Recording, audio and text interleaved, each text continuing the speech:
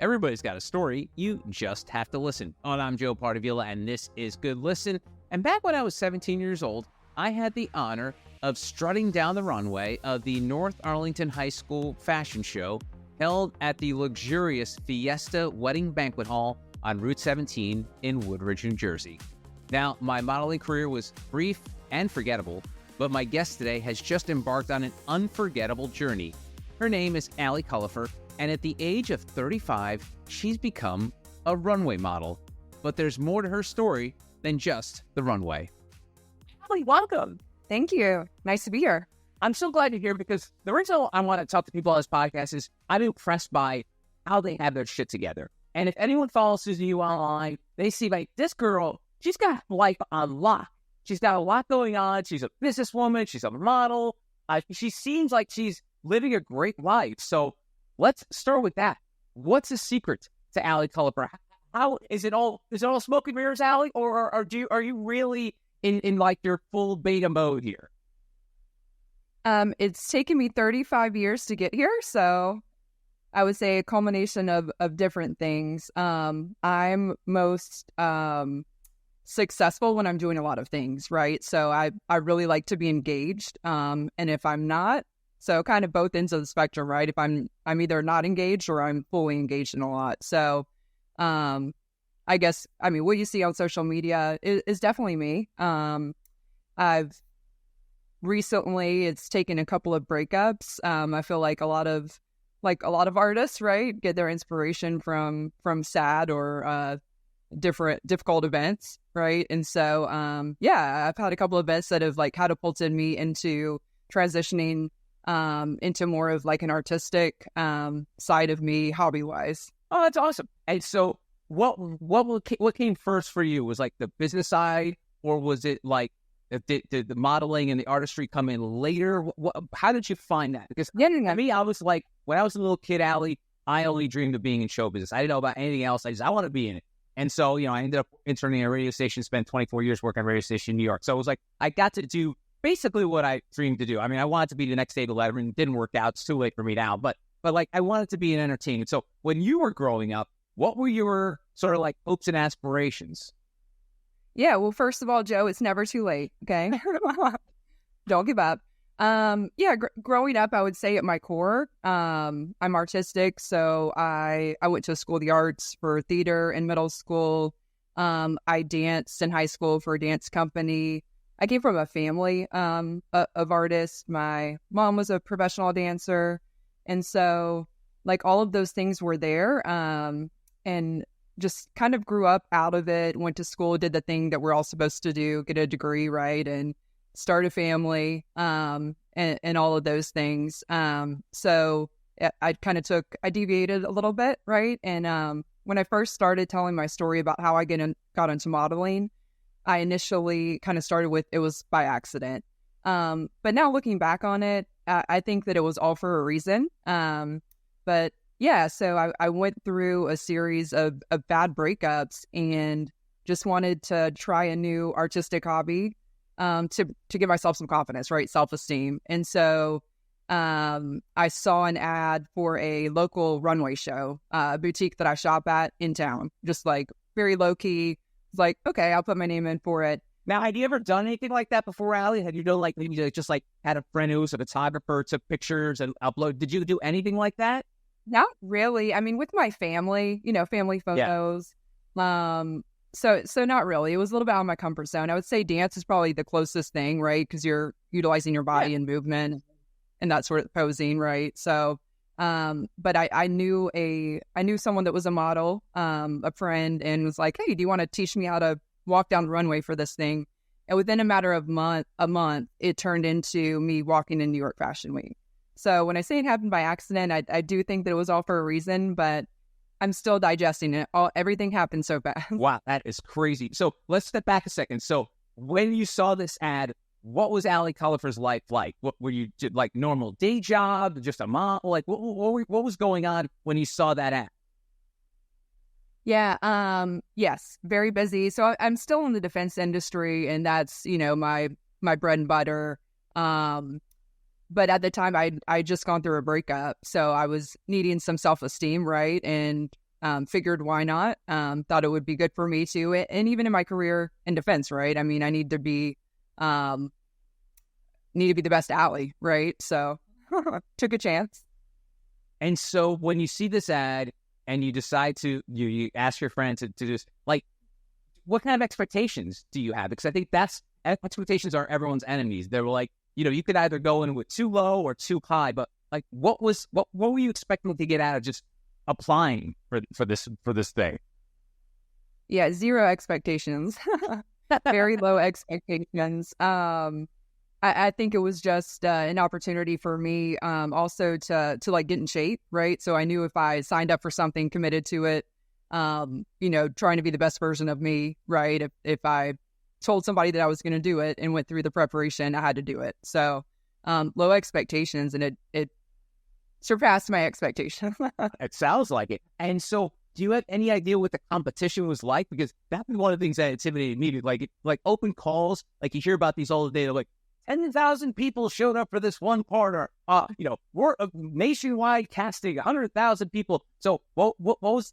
Did you know what the competition would be like when you entered? No, I think being 35, right, and doing this for the first time, I have a different perspective because I have built confidence. Allie 10 years ago would have never even thought about this, right? So even not really knowing the industry or the processes, I think just having confidence that I could do it, to be able to learn the industry, right, and that sort of thing, understand the competition. I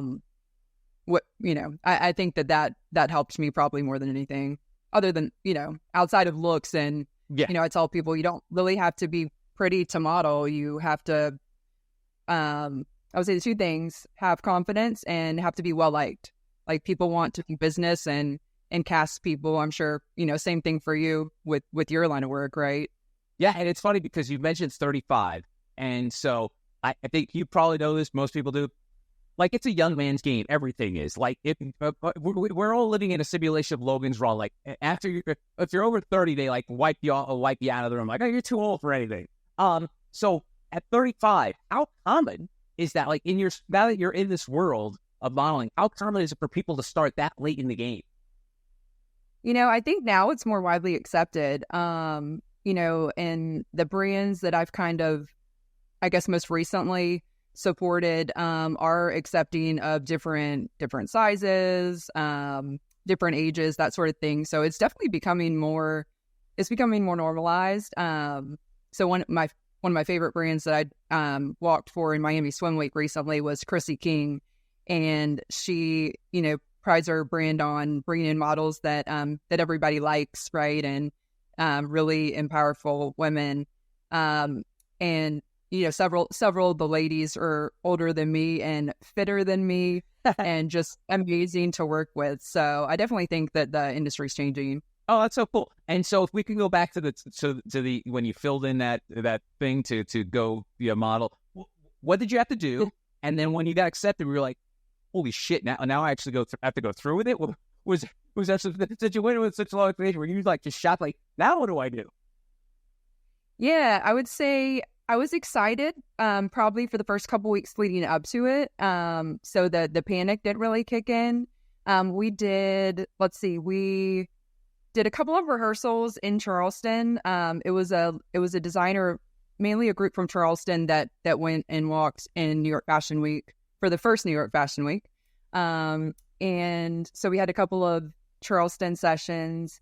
And then leading up to New York, walking. So I had actually never walked down an actual runway. Like, that was my first show.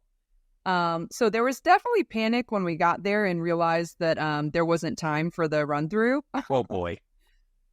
And it's an interesting moment right before you're about to walk on stage. Kind of that panic kicked in. It was like, what did you do, Allie? Why did you sign up for this? Like, you have absolutely no choice now. Go. I know for some people it's hard to stay present in the moment. Some people either just take it all in and then like black out. They don't know what happened. Yeah. Do you remember that experience when you stepped foot onto that runway? Do you have any flashbacks about it, or is it just like at this point, like just all purple haze? I remember it all. Really? Like Okay. slow motion. I have had like blackout moments in other shows, but that first one, I remember very vividly. And what were some of the moments about that? Like when you say, because I can imagine you're not walking down the runway in like Chuck Taylors. It's probably like you got like really elaborate shoes, and you're walking on this runway for the first time. What were your legs jelly? No, so the first walk was good. The first designer. The second designer, I actually wasn't hired to walk for. They asked me when I was on set, basically. So learning the industry, I didn't know that designers would come up to you and ask you to walk for them if there were changes in their lineup. And so I accidentally, I guess, turned down like 2 or 3 designers while I was there, and I didn't know they were trying to ask me to walk for them. And I thought that they were asking if I was part of their lineup, and I was like, no. So it's funny looking back on it. But I did have one designer once I figured out that I was eyeing their stuff like all night, and Perry Jones. And he came up and asked, so I got to walk a second time and for him. But that situation, he had to change me as we were walking backstage. Like he needed a last minute model, right? So I'm literally changing backstage. I have like probably 5 people trying to get me dressed. The jacket wouldn't button all the way. And he's like, just go. You got to hold it. So I remember all of that very detailed. But it was a really cool experience. Just like talk about being thrown in it. Yeah. There you go. That's awesome. And so you had this experience. It sounds like you enjoyed it. What were the next steps? Like at that point, you're like, all right, now I'm allowed? Yeah, it's definitely still in progress. So the big, I guess, other inflection point after the breakups, I actually got laid off by my previous company, probably like 3 weeks after I started modeling. So unrelated, Wow. Completely separate. But when I think back about things, I definitely think it was for a reason. Like whether you think God, the universe, whatever, put this in place for me to have some confidence while I went through that. So I'm actually in the process of writing a book about layoff to LA, I think is what we're going to go with it, to kind of detail my journey, how, the layoff catapulted me through modeling. Wow, that's so cool. All right, so I know there was a picture on Instagram floating around where you have like these giant wings, like these big red wings. I've never walked with wings. I don't know what you have to walk. Is there a special trot to it? Like, what is that experience like? They are really, really heavy. Yeah? Yes. It's different. But they give you so much confidence. So the wings that you saw were Chrissy King, the label. She's primarily swimwear designer, the one that I mentioned, and also who I walked for Miami Swim Week. So it's a big deal to get to wear her wings. First time models don't usually get them, but it's supposed to represent the essence of Victoria's Secret when they, were doing their runway fashion shows. So it's a little bit of challenge. At that, yeah, no, I'd probably fall over on my face. So well done.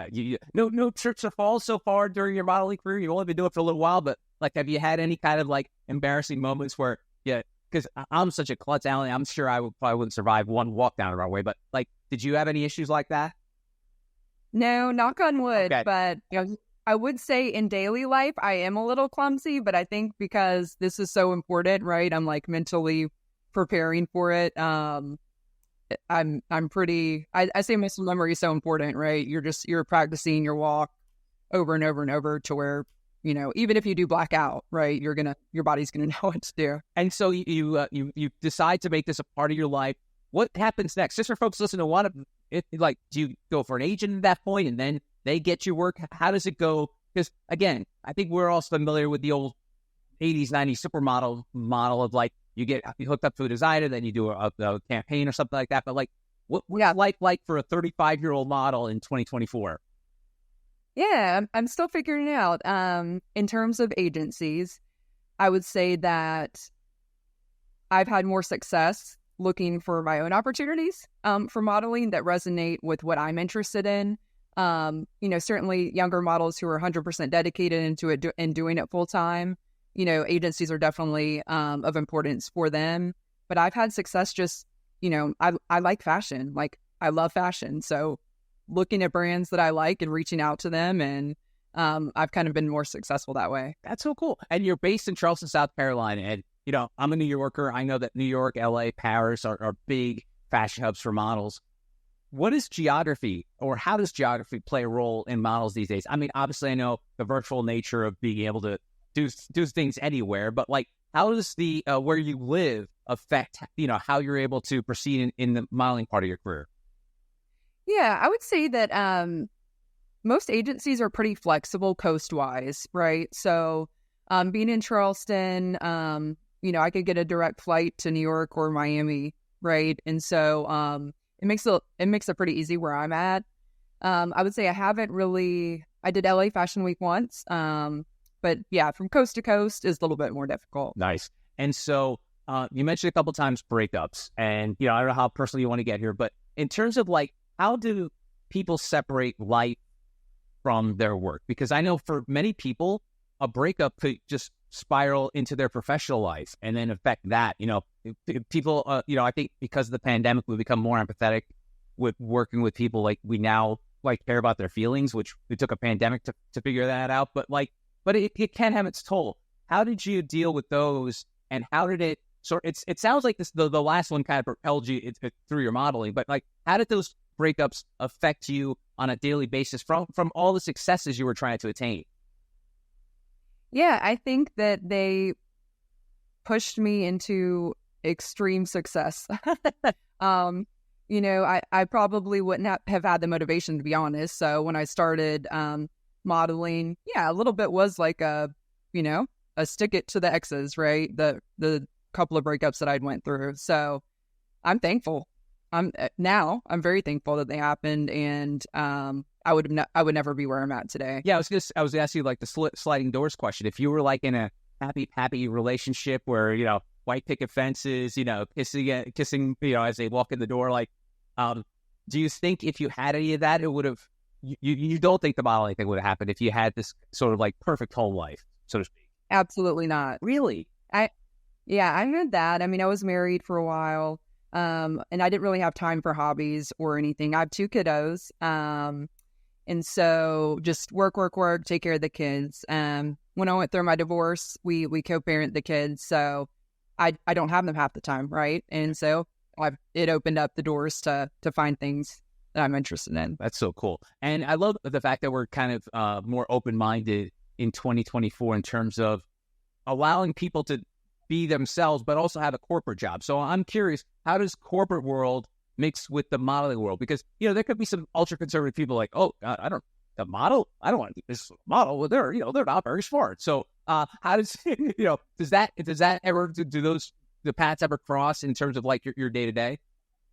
I'm still trying to navigate that. Yeah, there's definitely perceptions. I think that where I want to move with this is to blend the both, right? And how do I utilize the successes that I gained from modeling while I was laid off, the duration that I was laid off, to empower other women? So kind of navigating through that, but I've always been focused on women empowerment, and even on the career side, right? Women's empowerment groups. So I want to be able to benefit. I want other females to benefit from my successes. And so whether that's just being a motivator for them, coaching, I don't know what that looks like, but certainly there are things that can translate over to the business side. That's awesome. And you do talk a lot about women empowerment on LinkedIn. And I'm curious because there is this cliche that women can't work together. Women are always trying to, stab each other in the back. And I've spoken to people about this, and I think it goes back to like our caveman sort of, makeup, where back in the Stone Age, the men were the providers, and then the women had to fight off to get a good provider. So I think that's sort of ingrained in a lot of us. It's just a silly little thing I think about, but I think that's sort of where that might have started from. How does women empowerment fit into this? Because I feel like you're seeing more and more of it, but sometimes, a lot of that DNA comes out. So how do you help with women empowerment in a world where sometimes a lot of those old cliches could come to life? Yeah, one of the things that really surprised me about modeling, I had that stereotype, right? I assumed that maybe the girls were going to be catty, right? It was going to be competitive a little bit. I mean, I didn't know, but I think most people would probably assume that, right? And so getting into it, the most loving, kind, sweet, encouraging individuals I've met have been through modeling and fashion and all the different related activities that go into that. So I was very pleasantly surprised. You know, on the business side, yeah, I mean, it's definitely competitive for females, but you know, I want to utilize what I've learned, and I know if you ask other girls, they're going to say different things, right? I mean, you hear stories from other folks, but I've been really happy, and I always say that it's not a coincidence; it's a God or the universe that has put certain women in my life, right, that have encouraged me throughout all of these hardships, and so I'm the stereotypes that I would have thought of before aren't really relevant. Good. I'm glad. You mentioned the fact that the world of modeling and the women you ran into there. I'm just curious because I know I sometimes, being a middle-aged guy, when I run into teenagers, they make me feel like I'm 90. So I'm sure in the world of modeling, you're probably seeing a lot of teenagers. How does that work? How does that work? Because I'm sure there is this huge juxtaposition of, you know, there's, like you said, people in different ages, but I'm sure a majority of them are all kind of like teenagers or their early 20s. How do you feel like you fit into that mix? You know, it's funny. Sometimes when I look back at pictures, you can't really tell a difference. You would think that you would, but like I've modeled with other teenagers, right? Like 16 and 17-year-olds. And when you have the makeup, when you have the clothes on and everything, you're at your best. You look confident, and so you really don't even think about it. It's funny because in the business world, you know, people will age me, or they'll think that I'm like 10 years older than I am or something because of my expertise or where I've been able to, how far I've been able to grow, right? And so they just assume they add extra years. And then in the modeling world, I'm modeling with 17-year-olds. Wow, that's so cool. So in terms of, you mentioned writing a book and telling your story, why do you think, you know, do you think now's the time to do that? Have you gotten to the point in your life where you sort of like I joked earlier about like your full self? Like this is the time to share that? I think so. It kind of started just as therapy, right? Just kind of writing my story out on paper. And it was therapy. It was therapy. I'll work from there. Yeah. But yeah, I've that's kind of where I'm focusing my efforts right now. I'm not doing as much of the modeling per se. I'm busier on the work side, but just kind of going back to my artistic, you know, creative. I've found a lot of joy in kind of writing everything down. So I want to see where that goes, and I'm hopeful that it can help others, whether it's female or not, right? So yeah, no, absolutely. And in terms of where this goes, because, you know, obviously age is not an issue with you right now. Like you're doing things that most people wouldn't imagine. I mean, even though they are doing it, like where does like the next? Because you mentioned you had some rocky years before leading up to this, but like, what is it seems like you might have more of a master plan for the next 10? Yeah, I think so. I mean, really, the book. So just kind of give a little bit of background. My grandmother passed away about 6 months ago. I had a series of events. When I say like I had a tough year, probably every life event that could have happened in that year. Wow. So my grandmother passing, she was an educator and an author and wrote a book. And so once I started writing everything down on paper, I realized how important it was to me to become an author. I would have never thought that was something that I would even think about. So I think that's probably more of a challenge role for me than the modeling. But yeah, I'm really excited about it. So I do see a big picture with it. What exactly it looks like completely, I don't know, but trying to get there. And how do you? And I hate to ask this because it's like that stupid question everyone asks, like, how do you mother do all this? But like the fact that you're a model, a mom, a businesswoman, an author, like, how does that work?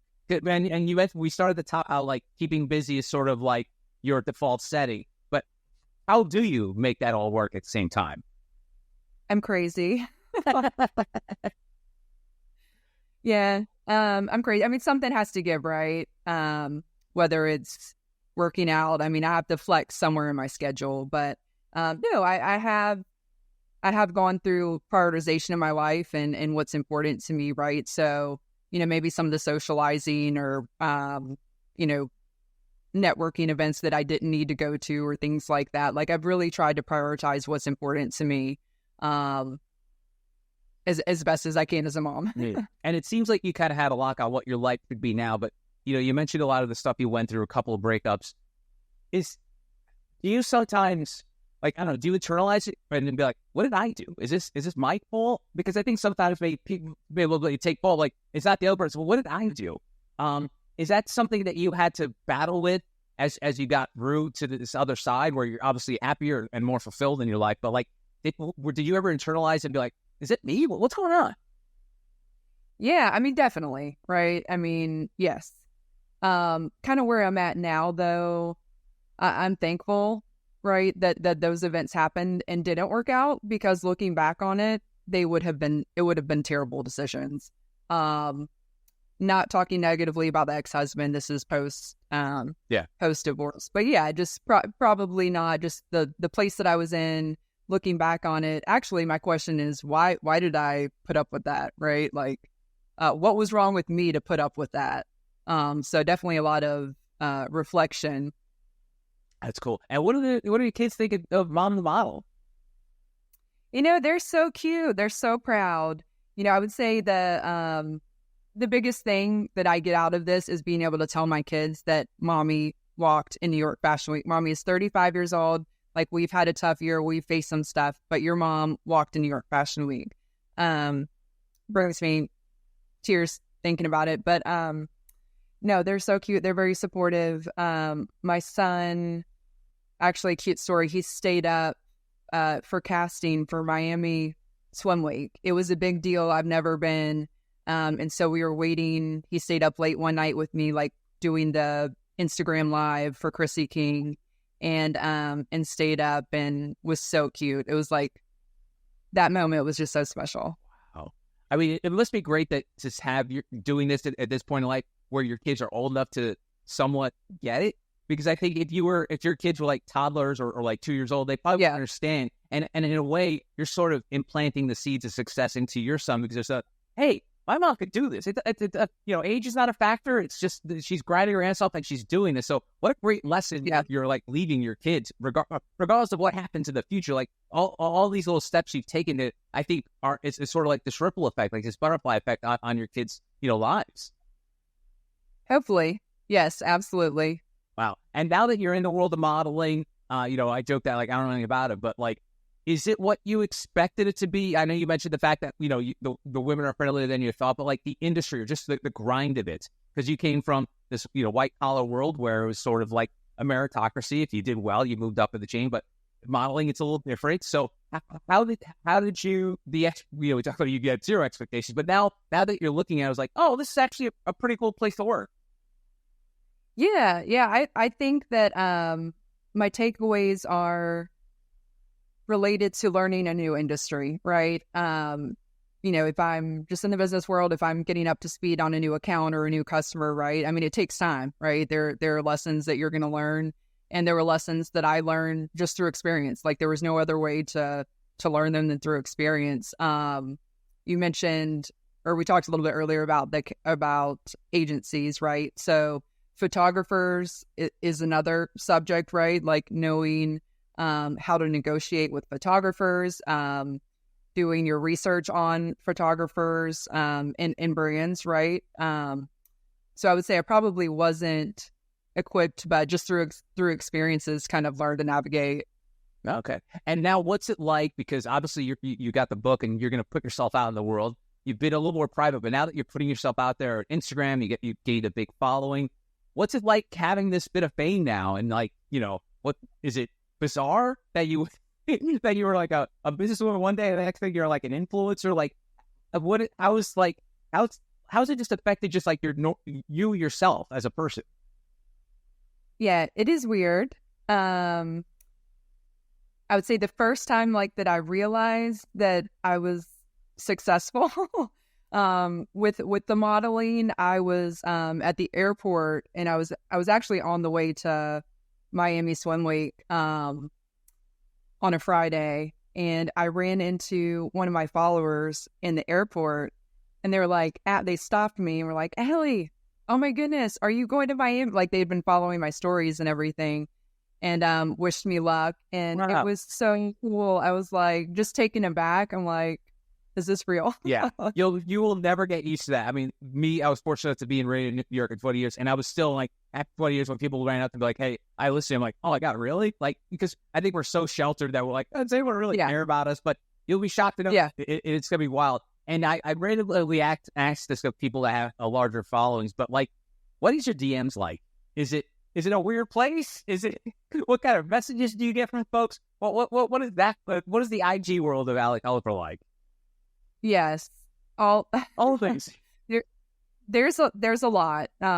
Just learning to navigate that too, right? And I'm a people person. I'm a people pleaser, so I had to, figure out how to respond or not respond, right, when it makes sense. I want my followers that support me to feel supported. So I don't like. I had to deal with like not feeling bad about ghosting people or not responding to every single thing, right? Just volume wise, right? Like you can't really respond to every single thing. So yeah, there's some interesting stuff. I actually had one, you get some weird stuff. No, come on, I had one. Please share. You had one what? No, there was one really weird, like almost had to get a restraining order. I had to file a police report. Yeah. Sure. I never had one of those. Online safety. Good for you. Wow. All right. Let's wrap things up by talking about the near future. I know you got the book, you're still modeling, you got the day job.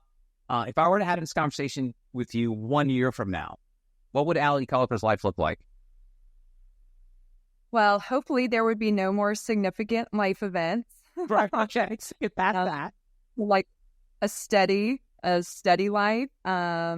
Yeah, I mean, I don't know if I'll be ready to put it out by then, but I think one of the things I've learned from all of this is one thing has led to another just naturally, right?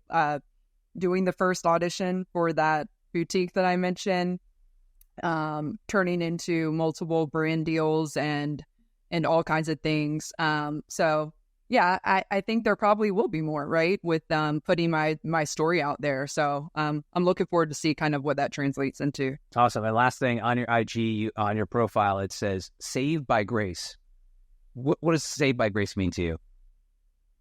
Yeah, my faith is extremely important. So, I think in most parts of my life, friends, colleagues, know that I'm a Christian, and I want to be able to represent that in all capacities of my life. So, and certainly the modeling journey has really strengthened my faith. Like I said, there's no other way to describe it than God's plan.